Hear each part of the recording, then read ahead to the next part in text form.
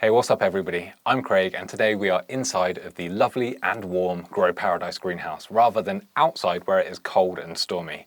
And in this video, I'm actually going to share with you my 7 tips on how you too can heat your greenhouse through winter so that you can grow your tender plants and keep propagating seedlings and cuttings for 12 months of the year.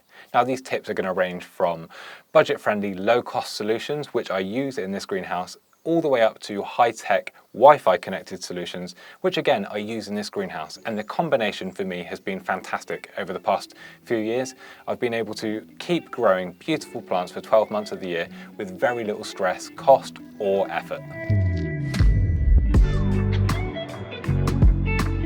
For me, step 1 of maximizing the heat that your greenhouse can hold in winter is to clean the glass. Now, you often get like a green algae buildup on greenhouses or limescale if you're in a hard water area, and just using a all-purpose window cleaner is a great way to increase the amount of sunlight that comes into your greenhouse in winter, and that's going to increase the heat that's going to be captured inside of this space. Now the best time to clean the glass in your greenhouse is late summer, early autumn, before you're bringing everything back into the greenhouse, because you're going to have loads of space to move and get access to all of the corners and get everything lovely and clean to allow all of that beautiful warming sunlight in through those winter months. So once we've got all of the glass panels clean, it brings me on to my second tip for heating a greenhouse in winter, and that's to insulate your greenhouse. Now I use bubble wrap, and I apply it on the inside of the greenhouse between the glass panels and this framework.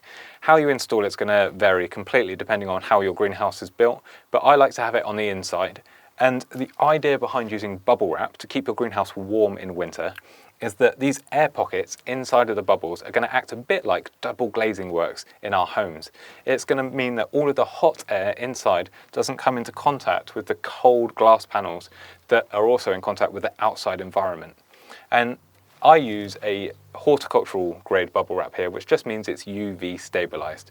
So it doesn't deteriorate in sunlight, because obviously in a greenhouse it's going to be exposed to a lot of sunlight. It's a little bit more expensive than just cheap bubble wrap, which is fine to use if you're on a budget, but this will last much, much longer. And it's got slightly larger bubbles as well, so it's holding larger heat pockets.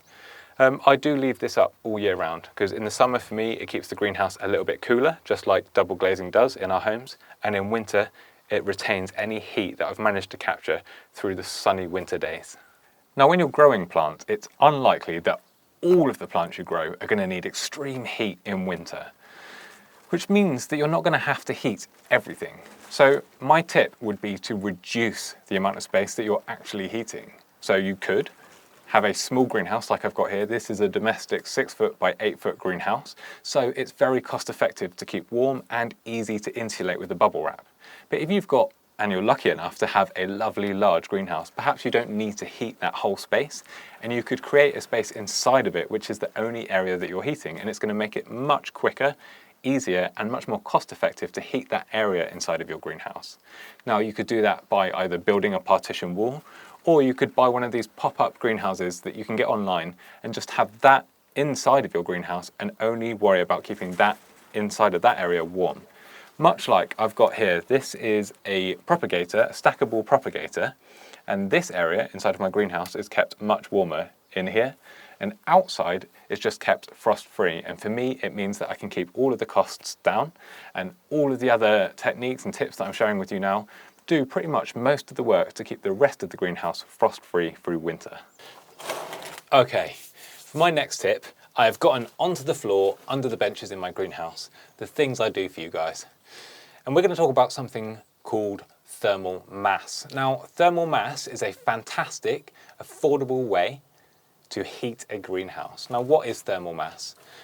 Thermal mass is the mechanism whereby solar gain, the heat that comes from sunlight, heats up a material or an object, and that material will hold on to that heat when the ambient temperature drops away, so during the nighttime period, and then it will slowly release that heat back out into the area around the object, and in this scenario it's in our greenhouse.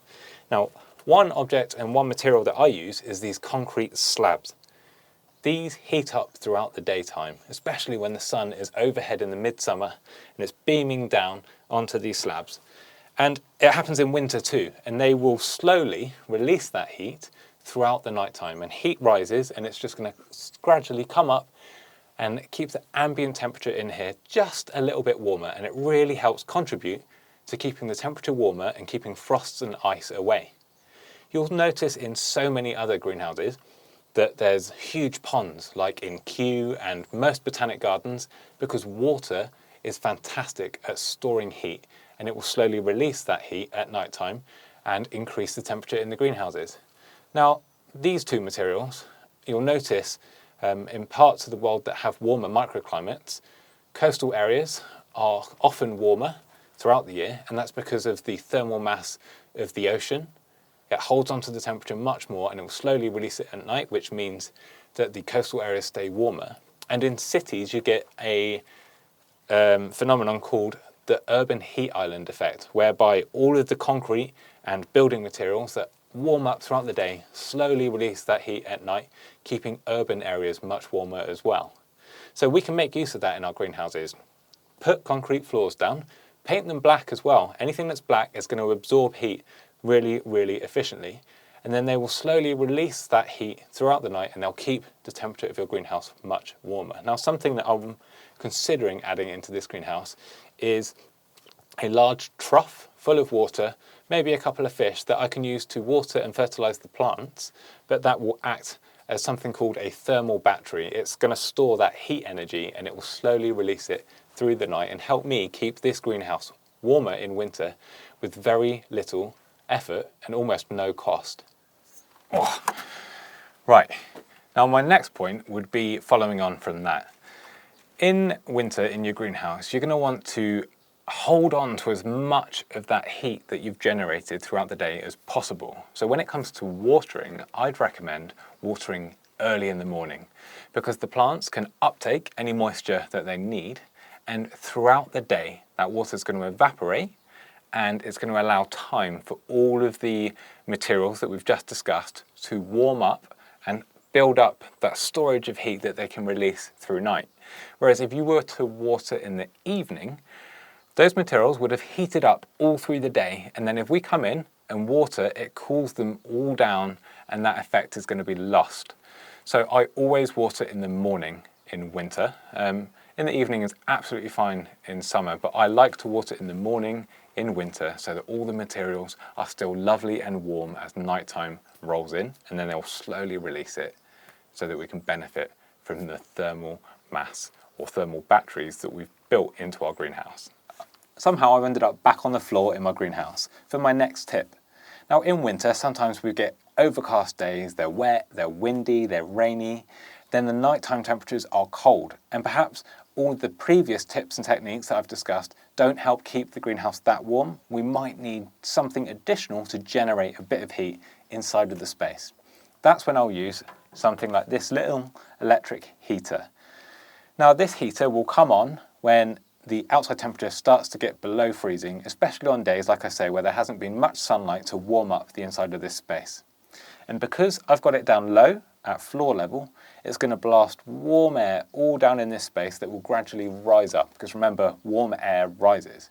So if you are going to use a heater, make sure that you've got it down low in your greenhouse, because it's going to heat everything on floor level and that heat will rise up and warm everything else above. If you have the heater too high, the floor level in your greenhouse is just going to stay cold, because the heat will just come out from whatever level your heater's at and then rise up to the ceiling. Now the good thing about this heater is I can choose how many heating elements I want on, so I can control how much electricity this thing's drawing. And I can set it to have no heating elements on and just to turn the fan on, which will cause air movement in the greenhouse, which is great because on really cold days I'm not going to want to open the door or the windows above me, but I will want to generate air movement to prevent rot and just to keep my plants healthy. So I can do that with this same greenhouse heater, and it's not going to take any additional space. Now, how do I control this heater? That brings me on to my next point, for which I'm going to get off of the floor. So, what have I got that heater connected to so that it's not on all of the time? Now, I've actually connected my greenhouse to the Wi-Fi, so I can control a lot of the things in here from my phone, no matter where I am in the world. And the first device is just hidden behind me here. This. Now this is my UBbot. I've not been paid or sponsored by these guys. I've just had a really good experience using this product. This little device sits in my greenhouse and it measures humidity, light and temperature, as well as earthquakes, but so far I've not experienced any of those here in my Dorset garden in the UK. And that will tell me on my phone what the temperature is, how bright it is in the greenhouse, so that using the smart plugs that I've got in here, the Wi-Fi connected plugs, I can turn on lighting, I can turn on the heater, I can turn it off, and I know that everything's safe. I've actually set it up so that it notifies me on my phone if the temperature in the greenhouse drops below what I've set as a safe zone, which I think is about 5 degrees Celsius.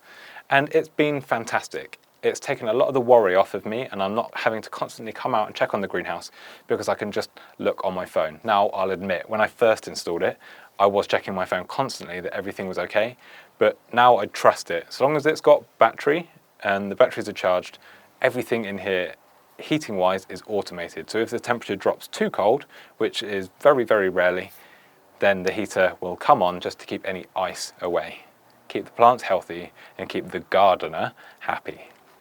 Hopefully you found that video useful and it's given you some tips and ideas on how to heat your greenhouse through winter so that you can enjoy your gardening passion for 12 months of the year. Now, if you've got additional questions, feel free to post them in the comments section below, or sign up to our social network where there is a forum all about winter plant care, and the whole community, which is gardeners from around the world that love growing plants like you, can come together to help you out.